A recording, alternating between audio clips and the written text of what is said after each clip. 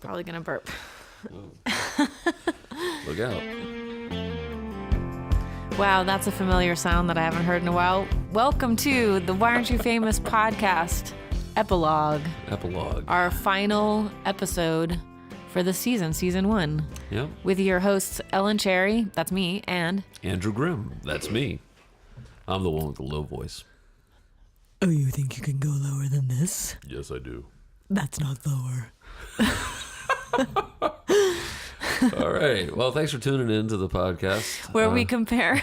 Where we compare our voices and how low we can go. Oh, man. Okay, what a crazy trip it's been. Yes. Because I don't even remember. Oh, sorry. Just spiked you out there. I'll relax. Can I have a little more volume on my headphones, too? Uh-huh. Thanks. That'll keep me from screaming. Sorry about that. It's okay. I'm apologizing to the listeners, not to you. They won't know. Those 18 people who have followed us on this journey. Yeah, the entire time. Here we are. First up, we should say in this epilogue that we are very grateful to all of the Aren't You Famous? WAYF tour supporters. Yes. Who helped us fund the tour and then come back with a little bit of cash too. That's one of my goals for the next couple of days is to suss out how much money has remained from the GoFundMe page to disperse it. Cool. So we have some extra income from the tour in addition to the money that we earned. That is awesome. And we could not have done it without our many supporters. And don't worry, we're going to be hitting you up again. Pretty soon. Because one of the things we talked about on tour was, should we do a second season? And the answer ended up being yes. Yes, we should. And the second question is, what should it be about? And we kind of came to the conclusion. Hey, Meg, would you like to talk about it? Yes, I think what we're going to do is we're going to take the show on the road. We have friends all the way across the U.S. We have some people up Northeast. We have Pacific Northwest, and we have like the Midwest and all that other stuff. But it would be kind of interesting type of thing to meet those people. Do a little bit more of a music thing. Yeah, focusing on content creation. Content creation. That sounds so clinical, though. But here's the thing. I'm going to cut you off for a change. Surprise. Surprise. And wait, do I cut you off a lot? You do. No. You do. Oh. Should we go back and study? Just go back to the Meg. He is so needy. This is the neediest cat when it comes to podcasting. He's like, I want to be in this podcast so bad. Oh, he's like biting you. I know. Wow. What were you doing to him? I was scratching his butt like that, scratching it real good. Yeah, It's an intense experience for him, apparently. Whoa. Okay, we're going to stop because people don't know what's going on, but apparently something pretty important and significant in Mig's romantic life is happening right now. I think it's just his regular cat life.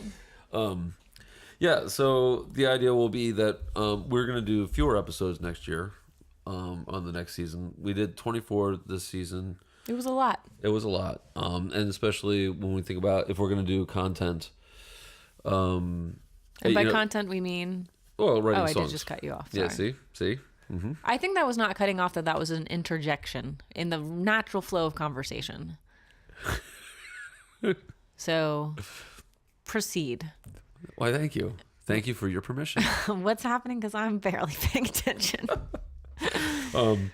Yeah, so, well, put a pin in the podcast idea for a second. I was going to talk about content because... The other day I was listening to something on NPR. I think it might have been a podcast. I can't remember exactly what was going on with it, but they were talking about, the idea of content. It's all about creating content, not continuity. I think was like kind of the phrase that they used. Wait, where did you read this? I heard it on a podcast, and they were talking about music in the digital age and stuff like that, and why. Yeah, I think they were talking about Spotify about to go public and all that other stuff. Man. And they really, it was a really interesting thing because it was all about people release singles, they don't release records.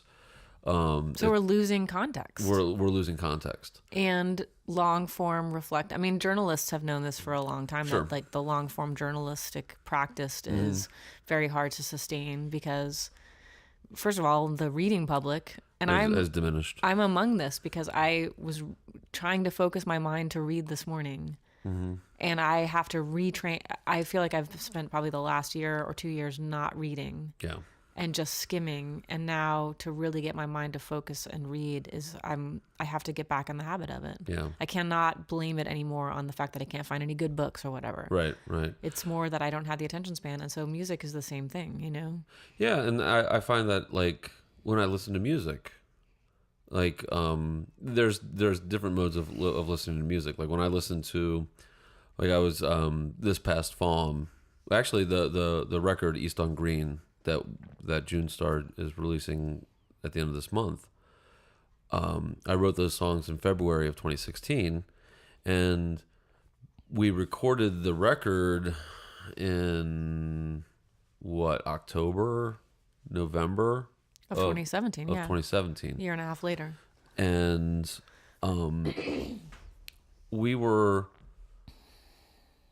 I listened to that record. I listened to those FOM recordings almost every day for, like, it would be my morning coffee ritual. I would have I have many morning coffee rituals, but this is one of, 5 every day. And I would sit there with my headphones on and I would listen intently to that record as part of the creative process of thinking what needs to happen, what doesn't need to happen, maybe I should change that lyric or whatever. And then some of that stuff even changed when I started rehearsing songs with Katie Field. She started making suggestions on stuff, which of course I bristled at because, it was perfect and set, and why would you allow any other collaborators to shape or... Why are you messing with my stuff? It's perfect. And she made some very good editing choices. And so you learn that, you use that as a learning experience. But my point is this, is like the only time that I'm listening intensely to music anymore, or intently in music, is when I'm listening to my own record, trying to figure out what I'm doing in the creative process. And I don't like doing deep dives on records anymore. I try to do that, but I don't, it's kind of like, what is the barrier to that? Like, what are you feeling is keeping you from doing that? Is it time or just energy? No, I think it's the distraction of the digital stuff. Yeah. Like, I'm constantly thinking about other things, It's almost like a personal fear of missing out. Like, I'm missing out on something that I should be doing. And we've talked about that a lot on this, on this podcast, that the pressure to sustain a successful independent musician life requires you to basically learn new skills almost on a weekly basis that have very little to do with actual creativity. Right. It has only to do with business and marketing. Well, and that's why we're not famous. That's the whole idea. Like, we're not more successful because you're looking for I hate the term unicorn, the silver bullet or whatever moment of like, oh, this, all we had to do was market ourselves that way, or create this, viral idea. And then that's what set us apart. That's how that happened. And then the fear of missing some opportunity, which is what I had a situation like that very recently, where I took an opportunity because I thought, okay, well, this might be cool to just jump back into the fray with a certain type of media that has a gatekeeper. I know what you're talking about. You do, but no one else is going to, because I'm going to attempt to be very discreet about it. It was a recent experience. Diplomatic. And to have a pretty poignant reminder of the disposability of something that I had put tens of thousands of dollars and time into creating my work, and have it treated basically like a piece of trash. Yeah. That by a gatekeeper who I felt I had done a lot of favors for in the service of, like, potentially like doing things for this person and their organization that I felt were like, somewhat mutually beneficial, but then to scale out, to suddenly telescope out of those experiences and realize, like, oh no, I've been a sort of a chump. Right. For a long time. And the next time that I engage with that medium, it's going to be with the first thing that I'm going to do is to say, what am I going to get out of this? Yeah. Instead of like, oh, well, what's mutually beneficial? And I hope that doesn't make me seem selfish, but maybe No. just smarter, you know? It's not, you know, here's the thing. One of the things that we've struggled with in this podcast, the struggles we've talked about in the podcast, is that whole idea of ego. Yeah. Like, you know, I was like, oh, well, you know, it's got to be mutually beneficial.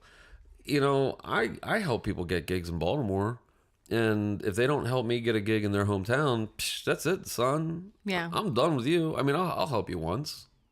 I might even help you twice. But if you're not reciprocating to me, new, you know, then they're not part of that tribe that you're trying to build, for Right. sure. I mean, because we have plenty of people that are worthy of our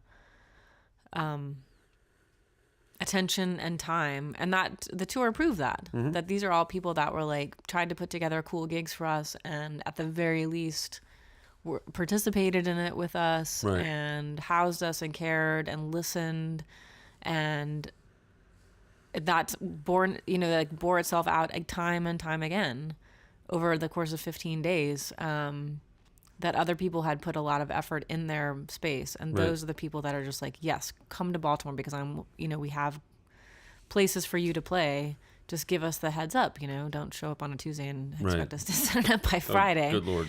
But they're worthy of the time, and maybe that's just like the secret as we go along on the trajectory that I can't say we, I can only speak for myself, as the trajectory that I'm on in my career. There's that old adage, like be nice to everybody on your way up because those are the people that you're going to see on the way down. Sure. And in a business like the arts, it's very much audience-based and fickle, and can be out of your control. You can be the most amazing artist and you'll linger in obscurity because of multiple reasons.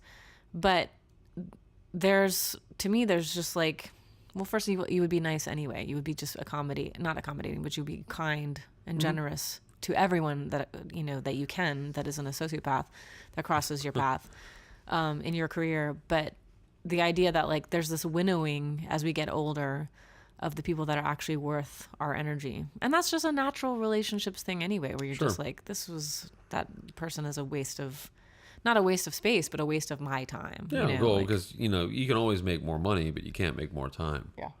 Because time is a finite resource, and the organization you're talking about, as you're talking about this, and I'm thinking about it, because I do know the situation pretty well. And we're not going to talk about it anymore. Specifically, don't ask. Right. All those emails that we get every week. Nobody cares. But They're like, Ella Cherry was wronged. But- No, I wasn't wronged. But the whole thing is that organization is not in a situation where they are going to be turning out the lights yeah. the next day, the next week, the next month. I'm not saying they have deep pockets, because they probably don't, but they're not in danger of going out of business. Yeah. They're not in danger of being evicted. They're not in danger of, what's the next project we have to do. They have a support system in place to generate revenue that is, well managed, and they have a team of people doing that. And it's culturally acceptable. Right. It's considered valuable by enough people that they're just like, we want to keep that alive. It's sustainable. Yeah. And you and I are unsustainable in what we do.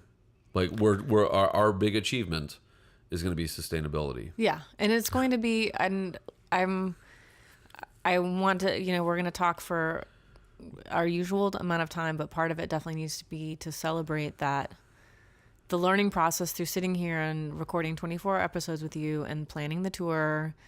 And you said this at the beginning of the tour, like 2 hours into it, you're like, this is the best tour ever. Best tour ever. And that definitely bore itself out. This was from beginning to end, just a really beautiful experience and a lot of learning and incredible time out on the road, proving time and time again, as we did from from the road podcast, that we were not magically, but very systematically running into the best people that each of those areas had to offer, because they were doing the same thing that we're doing.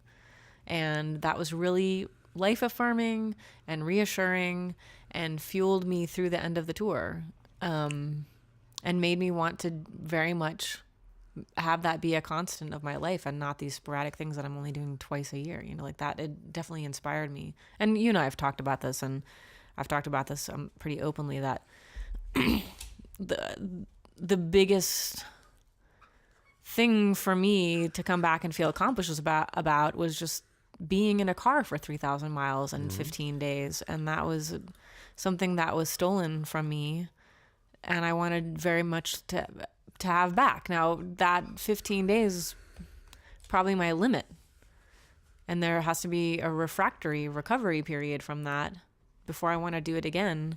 But it definitely made me feel like, okay, there have to be real personal changes that have to go into making sure that that there's nothing anxious about travel, except for the stuff that's going to happen on the road. It was really quite educational and good for me in that way. That's good. And I think we accomplished something. I think we carried a really good message out to tens of people that live music is worth it. Sure. And also on a personal level. So you were talking about the not obsessive, but the deep dive listening that you give to your own music now in preparation for an album.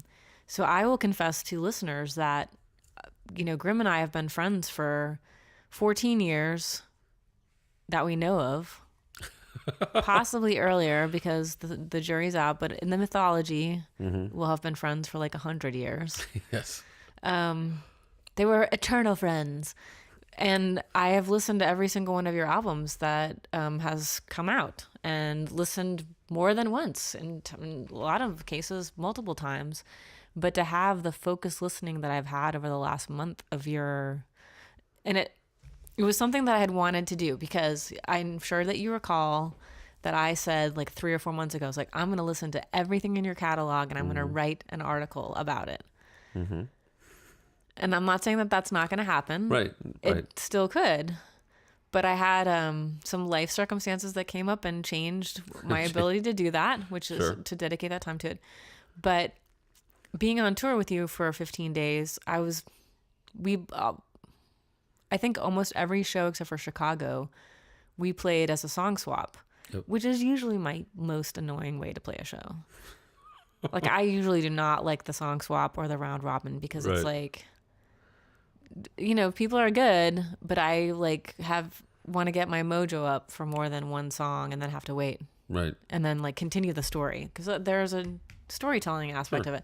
But what happened naturally with us is that we sort of started to feed off of each other, and oh, that was a fast song, I'll play a fast song, or that was a song about love, which is all your songs are about. I'll play a song about love, or this or that. But just to be a foot away from you, watching you play and listening to you play these songs that I had heard before, opened up this new interest in your recorded works, which after we got back from the tour, I had a brief 4-day stint here in Baltimore, and then I had to leave again for another gig. And then I just really started listening to all of your albums with a much closer ear, having heard so many of those tunes acoustically in a bare bones setting. And it's really, really nice. Oh, thank you. And I've done a deep dive into 3 of your albums: Lower Your Arms, Pull Awake, Sleeping with the Lights On. Not as deep dive into the new one, but I probably will this week. And there's something missing from my life too, because I just simply haven't done that I'm on a singles track. I'm reading articles, and I'm listening to singular songs. I'm not reading books or listening to full albums, and that has to change. Well, and yeah, because otherwise I'm not going to create anything that's as deep as I want it to be. Yeah, and we're being kept from those things. I think and you had told me about listening to my records, to the June Star stuff, and you said this really nice thing. You're like, these are really good records, And then you said, I wish my records, did this, or, Yeah, my records don't sound as good as yours. They sound different. They sound different. That's apples and oranges. But True. That's a gracious way of saying that. Thank you. Oh, yeah. Well, it's because, we're very different in terms of how we approach songs and songwriting. But there was like distinct songs that I'm just like, why is this not a country hit? Why is this not a rock and roll hit? Why is this not famous here? I'm not resigned. I'm lingering in this like limbo land between being resigned and totally fucking angry about it. Right. Because I'm just like, I don't understand why I can see how my music is not approachable to people. They're like, please don't sell the piano. It's so quirky. Right. I'm not going to hear that on the background of a TV show. But your songs fit into these like beautifully describing these very, not ordinary or common, but universal themes that would appeal to music supers and maybe it's because you haven't pursued it heavily, and that's the reason. But when I hear the music that people are listening to, I just think like, you should be listening to June Star, because here's a song that fits that genre that you love, that's better written. So anyway, I'm baffled. After 24 episodes. You're baffled as to why I'm not famous. I'm baffled. Well, I've said that to you before. Yeah, and that's the same exact way that I feel about your music when I think about like how I've listened to all your records, and I did go back and re-listen to Please Don't Sell the Piano, and I'm gonna go back and re-listen to Heart Like a Lion, and I want to dig out my copy of Ellen Cherry Primer. Oh God, it's so bad. As well, but I listened to it on Spotify and it was terrible. I have to figure out how to get it off there. Yeah. Oh, good luck. I guess I'll just have to die. Yeah, then you won't have to worry about it anymore. That's my point. I won't give a shit. But it's like I think your music's very accessible to a lot of people, and also I think with the not the advent but the growing inclusion of female voices and writing and thought process and reflection, and as that is gaining more and more traction in our society or our culture or pop culture or however you want to look at it, I think there's more room there for you to be included in that. And so but I'm gonna be old. No one's gonna want to look at me performing my stuff. Nobody really wants to look at me performing my stuff, so it's okay, And it's okay. So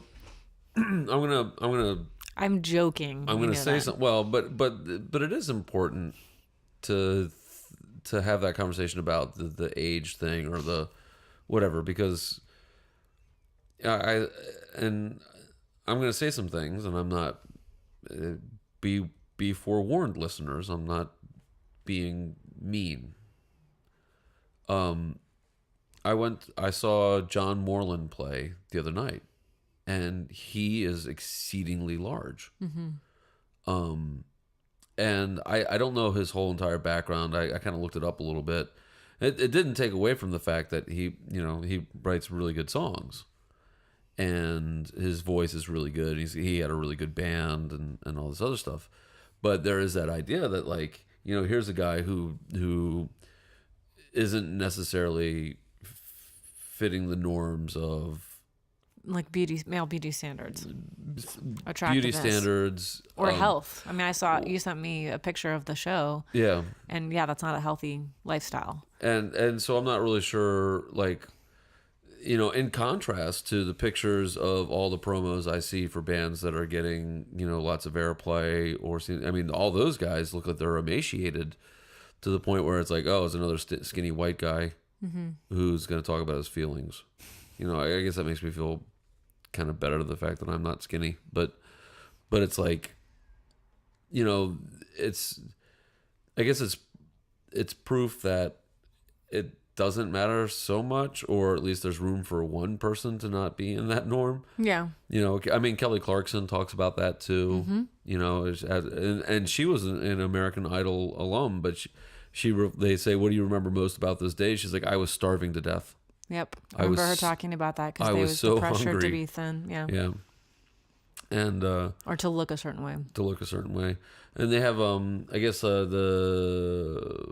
it Melissa McIntyre, McFarlane, Macareka, something, I don't know. There's some Andrea McAndry or something. There's some new country singer, and she's not in that kind of like skinny girl kind of mode. She's not. I hate using these terms. It's not like she's. I wouldn't say she's overweight, but she certainly isn't real thin. And she's, tattooed up and speaks her mind and wears baseball tees, and so she's gonna like.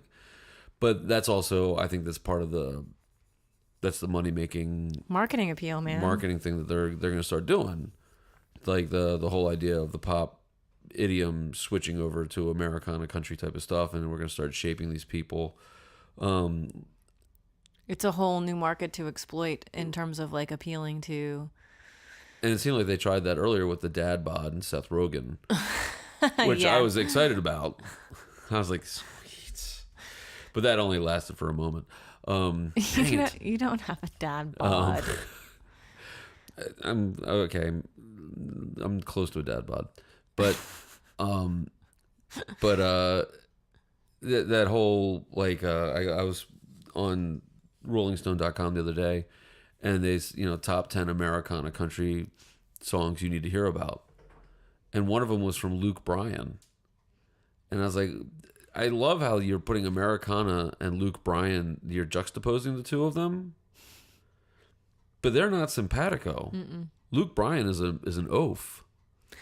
He looks like a Crust commercial to me. He is a Crust commercial. Like his teeth are so white. Yeah, and he doesn't. He's got a very stereotypical Southern drawl type of thing. Yeah. Now I know some people might be upset when I say that, but I'm like, I don't know.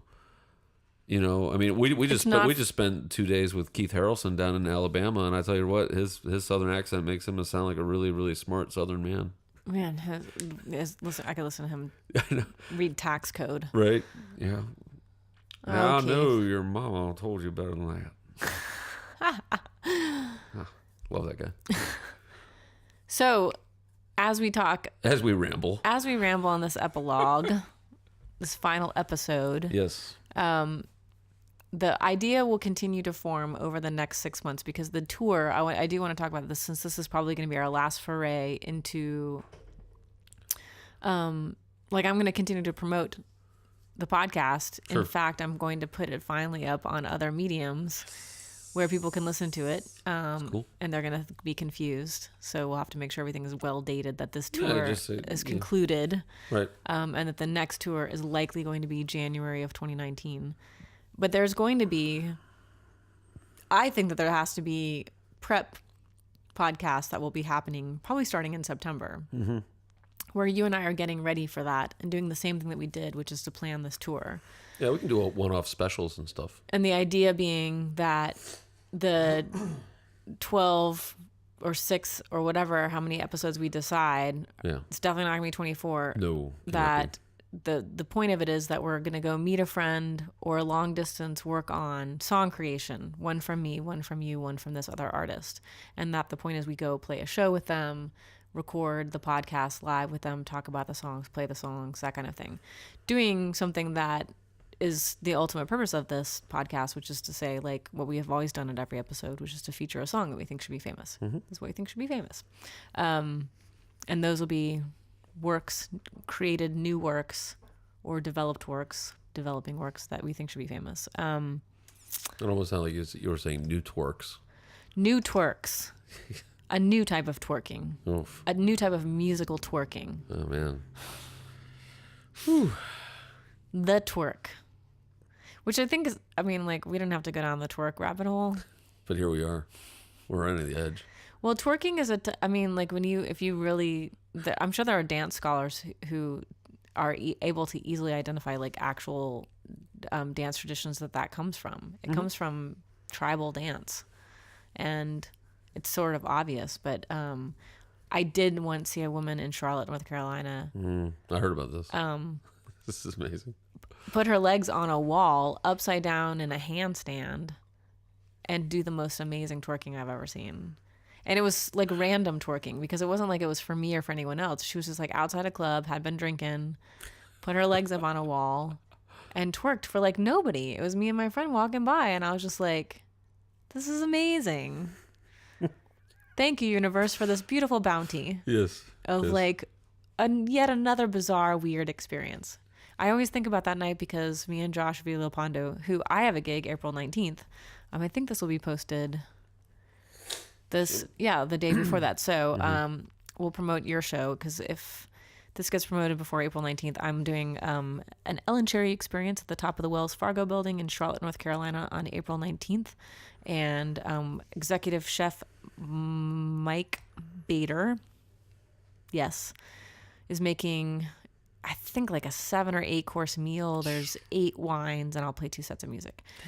But anyway, Josh, who owns the Assorted Table Wine Shop, where we had a cool pop-up show on March 20th for this tour, with chef Anthony Soriano, who creates meals to go, healthy meals to go at Feel Good Meals from Ant's Kitchen.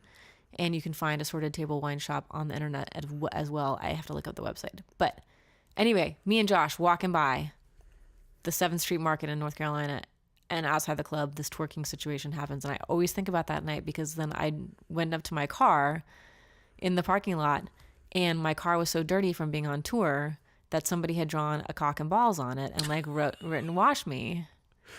So I took like a picture of it on my cell phone, right? And then I didn't wash it. I was like, that's funny. And then drove the car I played in Atlanta, I played in Birmingham, and I drove to Texas. Didn't wash it, spent 4 days at Texas, and then bam, the car gets totaled in this terrible car wreck with the cock and balls on it. But I think it's so funny. Like I always think of that night of like not washing my car, and the fact that I have a picture of like the last picture of my car before it's completely smashed, has a dick drawn on it, or the fact that like as your car was flipping over, this cock and balls was like flipping around. It's funny. Oh, see, that's a good way of laughing about it, right? Yeah. Yeah, traumatic experience, but there's humor in everything. Well, and she was twerking for herself. She was twerking for herself. She was like, you know what? I have a plan. I'm going to execute I'm going to execute that plan. You know. So April 27th is when your disc comes out. Yes. But you're not performing until May 11th. Correct. You're going to be performing live on air on 89.7 at the TMD Studios in Towson, Maryland. Yes. And tickets are available. People in the Baltimore and DC area and Philly area and places as far. You should fly into our international airport and come see the show because it's going to be amazing. It's going to be incredible. Yeah. You'll laugh. You'll cry. You'll twerk. You'll twerk. You'll twerk your brains out. Yep. That was. A lot of June Star songs are really easy to twerk Twerkable. to. Yes. Oh yeah. Oh yeah. You know what I like about this new June Star record? It's twerkable. It's twerkable. Twerk. You know what I like about Ellen Cherry's music? Simple, easy, reliable, consistent. She's got a consistent voice. That's what I like about that Ellen Cherry. Yeah, she knows. She knows what's going on. You know what? This is what I imagine my future reviews will be like. Ellen Cherry's new album shows that she is a human woman. Your next record should be called Human Woman, and then each one just be like obvious, like literal, like, you know, uterus. And you know. And then it's like a sound recording of a uterus. That's the noise I make. How did you know that? I just took a guess. Eh. I'm not going to talk about my experiences with uteruses. Oh, everybody wants to know. Well, I was born. And that's the last time you remember. That's It's true. Yeah, that's it. A womb of one's own. That's really hard to say. A womb of one's own. Marriage. Marriage is a dweeb within a dweeb. A dream within a dream. It is the reason we are gathered here today. When love, true love, skip to the end. Can't go down that rabbit hole. No, we only cannot. twerking rabbit holes can be gone down. Ooh, that was kind of passive grammar. that's all right. So what should we talk about now? Well, what time is? Or where are we on our time? We got about 30 minutes left. Do we? I think. Do you think so? Maybe 20. Maybe 20. Let's see. Let's look. While Grim is looking at the times. Yeah, well, it's 35 minutes in. Nice. Yeah. So we had discussed, like, what are we going to do on our last podcast? Are we going to feature, Oh. like, what songs are we going to feature? Well, you and I you had sent me a text earlier in the week and said, why don't we both choose a song from our repertoire that we think should be famous? Yeah. That for some reason has not gained any traction. Well, I know mine hasn't because I know haven't mine recorded. Oh. I don't think I've recorded it. You recorded it, but you haven't recorded it. Yeah, I haven't recorded it. That's how I learned. Yeah. Well, actually, you also just showed me. What, the song? Yeah, the guitar lines. And I was like, oh, right. Yeah, exactly.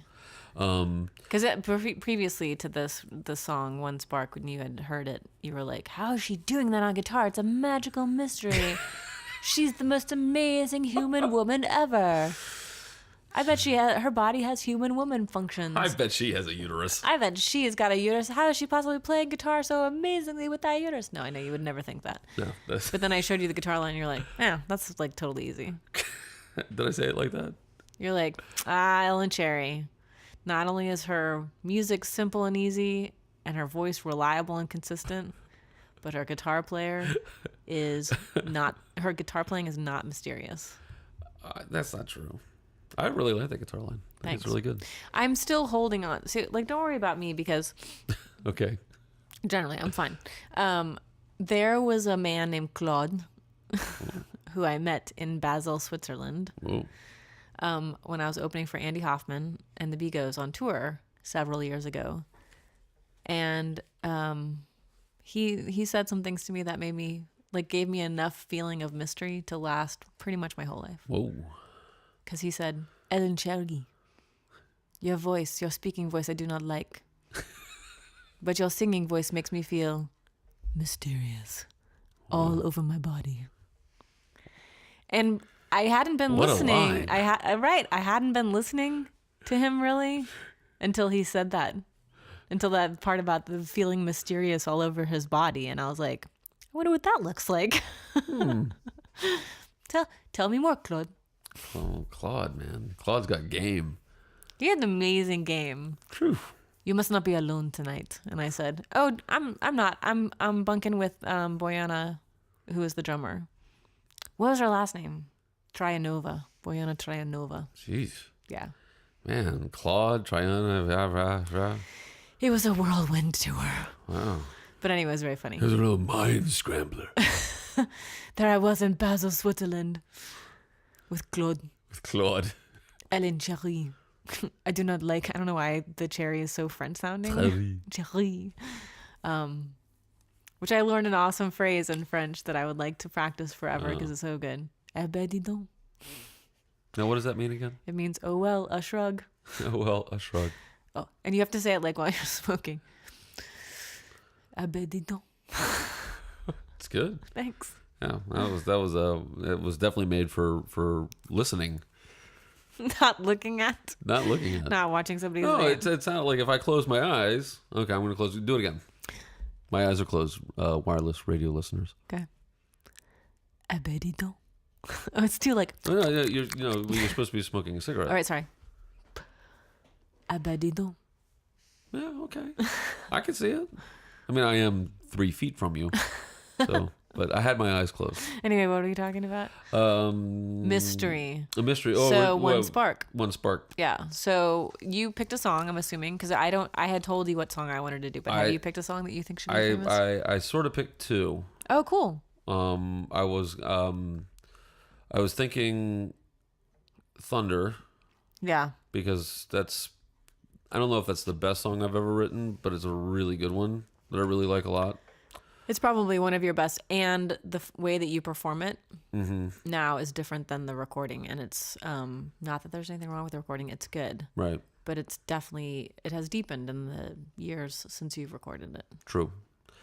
And then the other one was just the Heaven Only Knows song. I've been playing that a lot, and that's not on. That's going to be on the next June Star record. Yeah. So that hasn't really had the chance to be famous yet. So. Well, I also appreciate like doing this deep dive into your catalog that I realized that you have the same disease that I have, which is that there's a couple of tunes that you have had to redo. Mm-hmm. And there's a song called Sons of Fire that I have on 3 different albums and 3 different incantations. And it's not like it's like the best song I've ever written. It's just obvious that I was just like, I'm trying to get this song finished. Right. And get a version of it that really feels mature, developed, and finished. And I was pleased to know that I was not the only one with that disease. Yeah, well, I mean, because I think like what when I redid Telegraph, or like some of the other ones that went from a solo record to a June Star record. Yeah. You know, you play them over the years, and you get more and more comfortable with them, and you're like, oh, you know what? I wish I would have done that differently, or whatever. And I don't know if I'm going to be doing that much anymore. I think I've gotten most of them out of the way that I wanted to re-record. Like I would love to. I one of my ideas was actually to re-record both songs from An Engineer's Daughter and Telegraph, because I cannot listen to those records, and they're on Spotify and iTunes and everywhere. Because I didn't have the distribution on that. That was the small label that we were on. Yeah. And I sent him a letter saying, "Dear God, please don't. Can you take those down?" And he never responded because he doesn't talk. He thinks I'm going to sue him. I'm like, dude, I don't have any money. Yeah. I'm going to sue you. You know, whatever. Just have some artistic integrity. Just please, dear God, like I would even be so okay with like re-recording them and let him take the money from the digital distribution. Yeah. Just to get, I mean, for those platforms, like I don't care. I just don't want to. I think part of the reason that that's upsetting to somebody like you and me is that, so on Spotify, because we're talking about Spotify that recently went public, and I feel like in contrast, and I say this as a member of Spotify because I recently joined up because I was just like, well, I really do want to not be cut off from the way people I have to study this. Yeah. It's part of my business. That one of the earliest albums that you can get of mine on there is this album called the Ellen Cherry Primer, and it's like, it's not good. It's the songwriting is fine, and I always thought that about that record. Like, oh, the songwriting's fine, and I like the quirky little turns of phrase. And this, I have a really great song that I loved called "The Meanest Waltz," and in my mind, in my memory of that recording, it sounds amazing. And then to have heard it again last week, I was like, oh my God, it sounds so terrible. My voice is lazy, and my singing isn't good. And because that was also 20 years ago. Yeah, well, no, it wasn't. It was 2001. Okay, so like, what is that? 17 years ago? Yeah, maybe 2002. No, it came out in 2002. Right. So 16 years ago. But yes, still. and of course I've improved since then, but it's still embarrassing to have your early works possibly be the first exposure that somebody has to you, and you think, no, listen to the 2016 stuff first. You know, listen to this record first. And there's an endearing quality to those fans that have followed you for a long time. And I have friends who we saw on this tour who 5 of them from college showed up in Little Rock, where I went to college, or near where I went to college. And to have them say, you know, like, I have your first record, and I knew back then that you were a good songwriter, even if the record isn't like super well recorded or whatever. It's like, that's wonderful. But for the most part, like the wider audience, which we do require to have to sustain the successful life, if the first thing they hear is something from 2002, they're going to be like, yeah, this is like a kid's garage band. Yeah. And that hurts me. Not like emotionally hurts me. It just hurts me like financially. Opportunities. Yeah. My opportunities are limited. Well, and maybe that's why people, like, when they hear me play, they're like, oh, you're really good. I'm like, I personally think that you should re-record Thunder. I think that should be one of those songs that you redo as the version in an incarnation of the way you play it now, because it is so moving. With like, I just imagine there being like wind noise and reverb. Each CD can come with a dream catcher. Oh my God, and your hair flowing in the wind. Feels like thunder, but it falls like rain. Falls like rain. Sorry. Are you rewriting my song? I am rewriting. I don't even know where those lyrics came from. So do you want to play a song? Sure. Okay, should we do that next? Yeah. Okay. All right, I'm gonna hit pause and then because we got to get set up sort of a little bit. Okay. Before we do that, okay.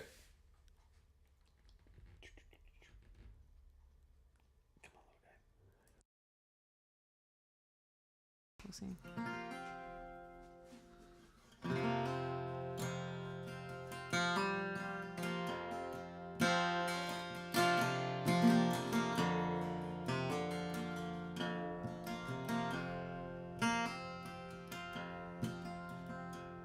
And I don't care where it comes from, just as long as it stays. We both been running and laughing at the rain, and it sounds like thunder. Oh, but it falls like snow.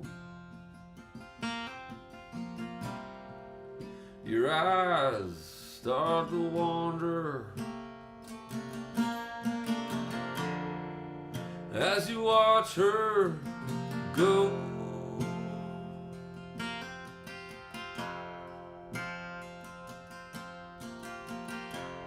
As I beg for forgiveness, you look at your watch, and I ain't seen nobody so busy being lost.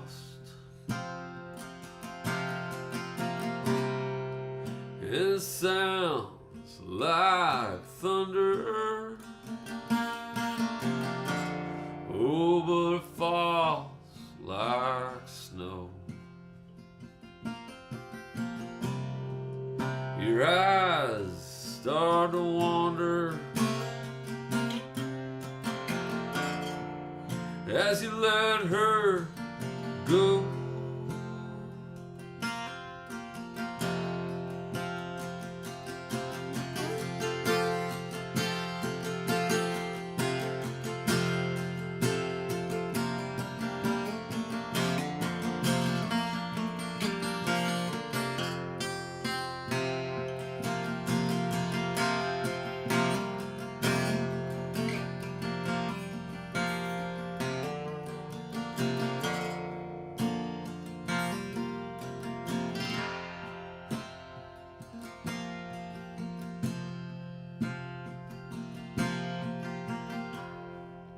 And it keeps me from guessing.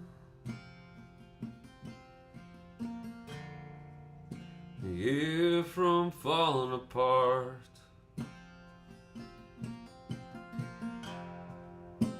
And it protects me. The army in your heart. And it sounds like thunder. Oh, but it falls like snow. Your mind starts to wonder why you let her go.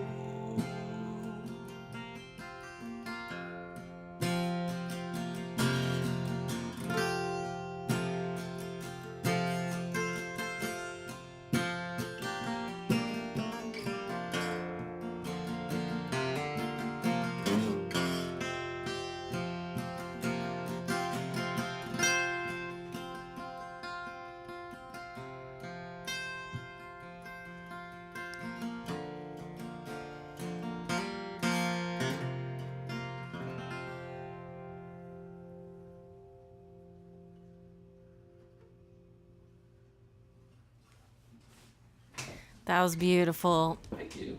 All right, so that was Andrew Grimm playing live in our little podcast studio playing his song Thunder, which was the show closer almost every night of the tour. Yes. So yeah, I should not have flubbed the lyrics on that because I'm pretty sure I know that song inside and out. I've heard it a lot, and I love it. I think it's such a great.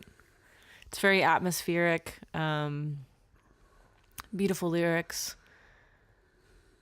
The idea that, yeah, when you hear something like thunder, that you're expecting a certain experience after that, and then it ends up being something different. Yeah. Something much gentler. Which is a good metaphor in a lot of ways about not anticipating bad things. Correct. Just because it seems like a rumbling ahead. Like the letting go doesn't have to necessarily be as scary, even though it seems like it could be a distant danger. The letting go is actually a much gentler process than. But you got to work up to that. That's true. You have to do some personal work for that to be true. Well, it doesn't have to be a lightning strike. It doesn't have to be 4,000 volts of electricity blasting something to pieces. It's the idea. I think when I wrote it, I remember writing it. I was living on Fleet Street in 2006, and I was in a small little closet off of the living room area in the apartment that I was living in at the time. And I remember I liked the song. It was on the solo record Wolves. And I remember, and it was actually in the key of E rather than the key of F. And I remember, I was just thinking about, not trouble ahead, I suppose, but you get that idea of you hear something in the distance. And it's like when I was a kid playing soccer, you would hear, at soccer practice or whatever, you would hear that thunder, but also, just even from your bedroom or whatever, you hear it and you're like, oh, and you automatically feel like the worst is going to be. Like this is like some sort of event that is going to bring, you got to run. Why is that? Is it because of consciousness? Because I think animals, I'm an animal, but I'm so removed from my animalness in so many ways because of technology, science, culture, civilization, that, and not that that's a bad thing. It is the is of the is. I can't change that. I'm not going to go back to, in my lifetime, some kind of feral version of myself that never existed before. But the concept of just on a animalistic level of hearing that and being able to be better prepared to actually interpret the reality of that situation, which is that danger is not directly at hand. Right. Don't worry about it. Just continue to be in the moment, very present-minded and meditative, and or mindfulness. Yeah. Well, it's about the awareness. The instinctive it's a deep thing. tune, man. Well, Whoa. I think and then you put it in the context of a relationship as well, because that's one of my favorite lines I think I've written is, as I beg for forgiveness, you look at your watch. Oh man, it's such a great theater piece. Yeah. Stage setting. What's it called? Stage dressing. Everyone has been in that situation. I think it's a very common description of you're about to be vulnerable and painful in front of somebody, and they are so removed from you and so bored that or pissed off or whatever they're experiencing, that they're just I'm gonna look at my watch, right? Because how long is this gonna take? Yeah, I'm waiting for something else. Yeah, this is not, and that whole idea of this is really important to me, and this is not important to somebody else. Mm-hmm. And I think that's the crux of a lot of the problems in my previous relationships in my life is what one person thought was important was never really important at all to the other person. Whoopsie. Ooh dear. So anyhow, I'm glad that you like that song, and I'm glad to play it on the podcast. Now, it should be famous. It should be famous. Now your song won Spark. Yes. Which I think I've effused much praise for as soon as you sent it to me, as soon as actually, you didn't. I don't think you sent it to me. I listened to it on FOM. Yeah. You posted it, and I listened to it, and I was like, "That's a really great song. That's a really, really great song." And I was listening to it, and you were doing something with the guitar where I was like, "Huh, how are you doing that?"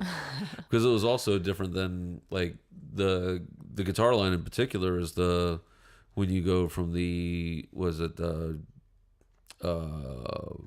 on the B string in the beginning. well, that part I knew what you were doing, because that's a D to an E with a octave in it. But then it's that little just turn down, which is just that's the A sharp A to a G to an E minor chord. To an E minor chord. So, but it's the way you played it on the recording was like I was like, oh, that's, you know what, I'm liking what I hear, because I mean I like it. But I don't know how I feel about this. It's a woman with a uterus playing. I'm just kidding. You would never say that. A real human woman. A real human woman playing guitar this way that make me feel interested. Huh. Odd. In the musicianship of it. I'm just joking. You would never be that way. You're not a Neanderthal. Do you say Neanderthal or Neanderthal? I say Neanderthal. Yeah, me too. I try to say Neanderthal. Yeah. And I feel like I sound like a jerk. Yeah, you sound like you're putting airs on everybody. Yes, I am putting airs on Neanderthal. Like when people say Sacagawea wrong. Right. Oh, yeah. I just saw a U-Haul with Sacagawea on it. Sacagawea. Well, I was going to say, what was the French phrase? Because, maybe Claude could have... Abedidon. Abedidon. Abedidon. You make me feel mysteries all over my body. That's not what that means. It means, oh, well, a shrug. Oh, well. A shrug. So, yeah, I guess I should play One Spark. Yes. Maybe we should rehearse it once before we... Okay. Do you want me to play on it? I thought you were going to play on it. I always give you the option. Dear listeners, if you were not with us on tour, what is wrong with you? We're all over Crazy Facebooks. We played this song together quite frequently, and I thought it sounded really good. So yeah, of course I want you to play, because we had worked out a little part for it. Okay. So yeah, let's run it once, and then we'll play it live for you. Okay. Yeah, we should probably tune our guitars too. Okay, sounds good. Okay. I'll see you back at the podcast. Okay.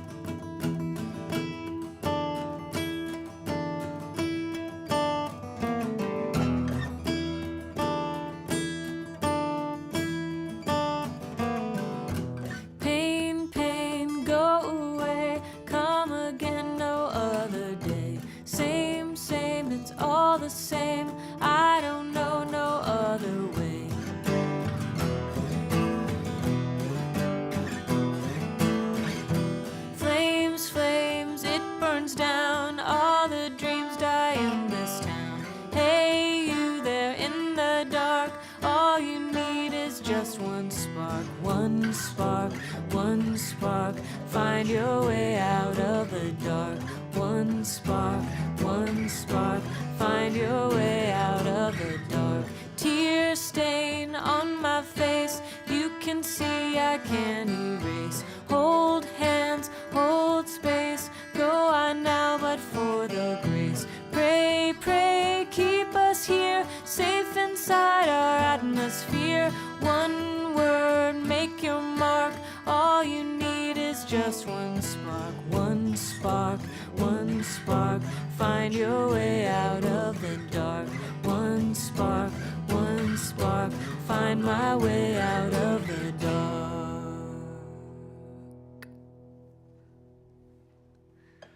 All right. Sweet. We did it. Yay. We did it. So good song. Thank you. Yeah, man. So that was live. We did it live. Uh-huh. With only 2 rehearsals, and I even changed up the structure of it from what you had been playing it for 2 weeks. I'm good on the fly like that. You are good on the fly like that. I also, do you mind if I talk about how I wrote that song? You talk about whatever you want. All right. Yeah, thanks. You go, girl. So I like to be an advocate for medicines that heal and not harm. And I have long been an open advocate of cannabis as a medicine. Alcohol has had a pretty profound effect on my life. I do not have an addiction to alcohol. I enjoy alcohol socially. And you know, I don't actually like it that much. Like I drink it occasionally, but it's not on flights. On flights. It does help with turbulence for me. It relaxes me, for sure. But previous to the car wreck that I was in 2013, I would use cannabis recreationally and vocationally, meaning that sometimes I would, you know, use cannabis and then I would play piano for like hours and hours. No, it was awesome. And it just like opened up my mind, and I felt I wasn't worried about the domestic things that I felt I needed to do or concerns with other people. I was totally focused. It really helped me focus. And I know people use pharmaceuticals for those reasons, to help them focus. Then after the car wreck, I was on pretty heavy opioid-based pain management medication for months. And then I went through a withdrawal period for that, which was terrible. And then a couple months after I was clean from that, my mind started to really start to deal with the trauma of the car wreck. And the only thing that really worked for like, I would say almost a year was smoking weed every day. And I wasn't driving, so there was no danger of me hurting anyone else. I wasn't, you know, like I'm not in public service or a school teacher. I'm just a musician trying to make a living and recover from this terrible thing that was caused by a person using a legal drug to get rid of anxiety. Now, I stopped for a long time after that year because it had done it fixed my anxiety like that. When bad things would start to enter into my mind, it helped me deal with it in an immediate way. And so I'm a huge advocate for it because it kept me alive.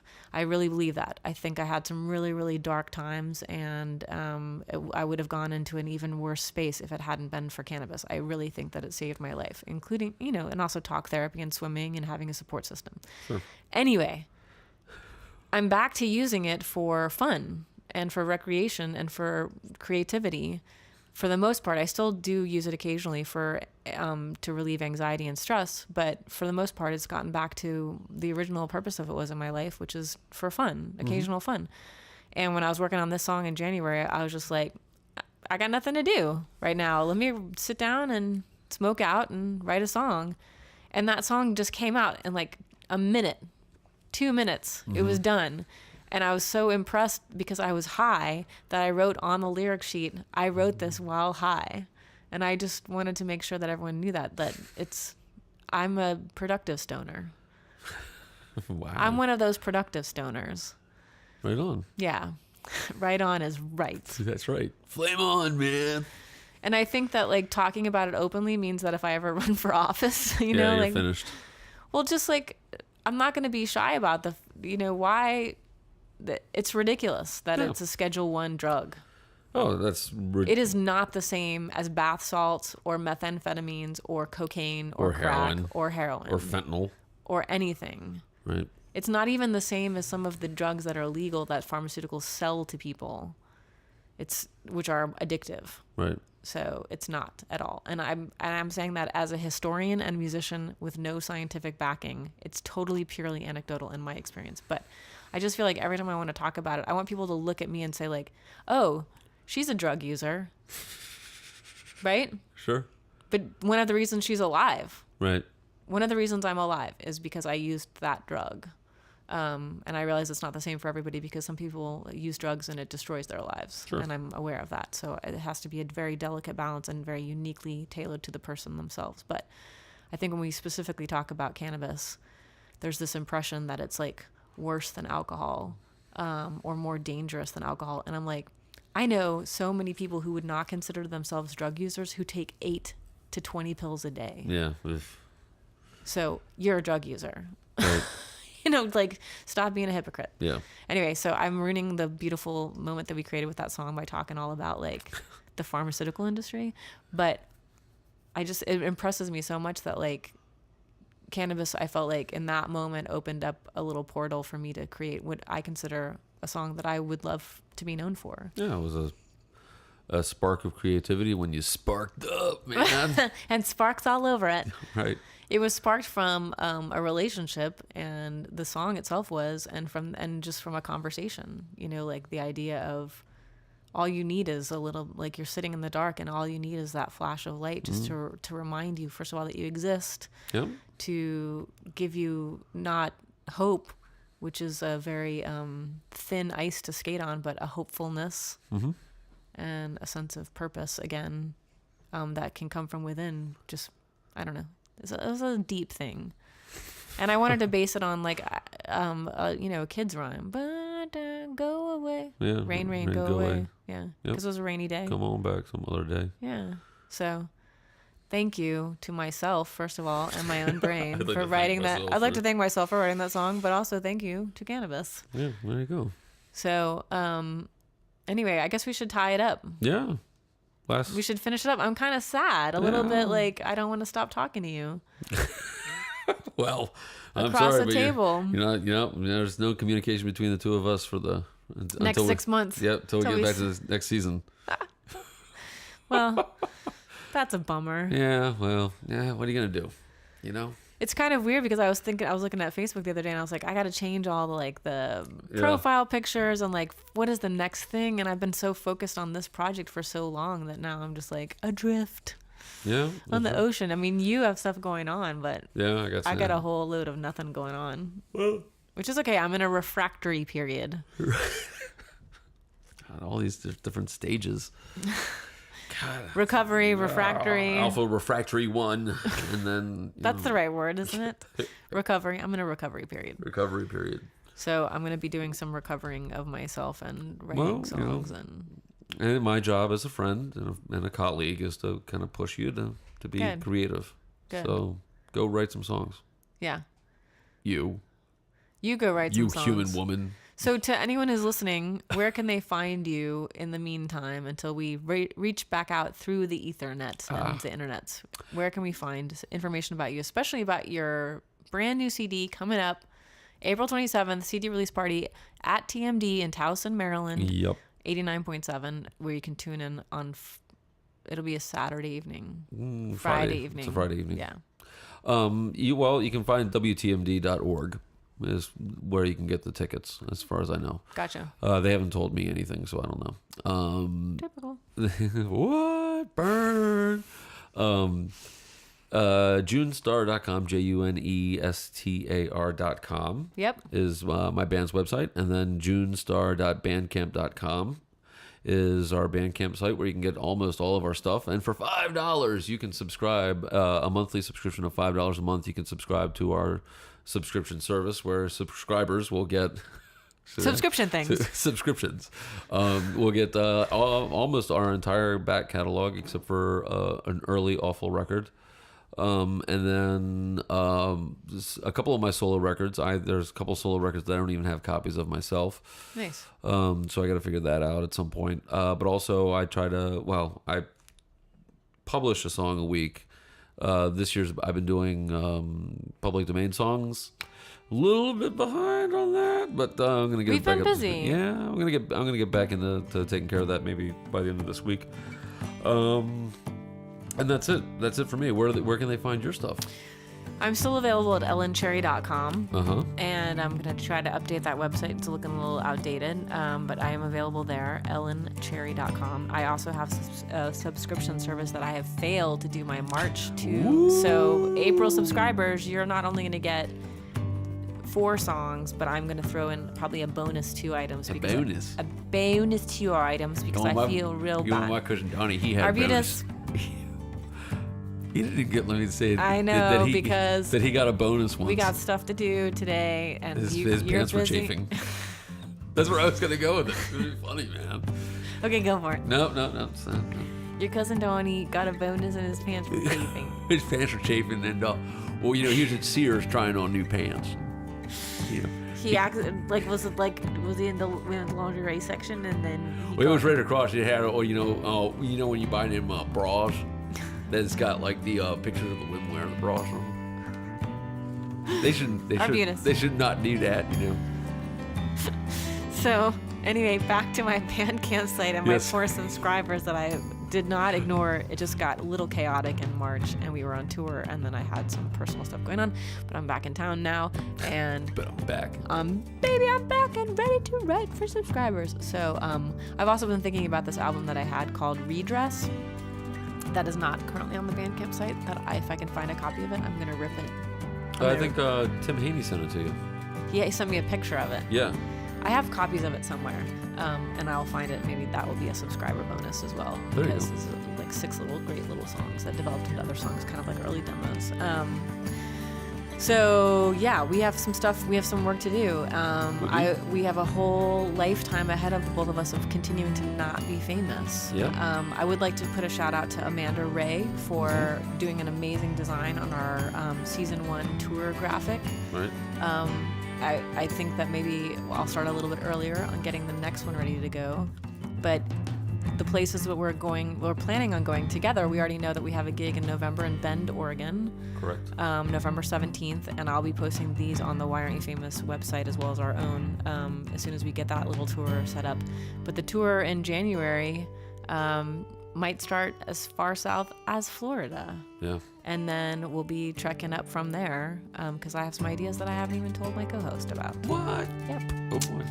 So. Well, I won't know until 6 months from now because we're not going to talk. That's right. It's going to be all will be revealed.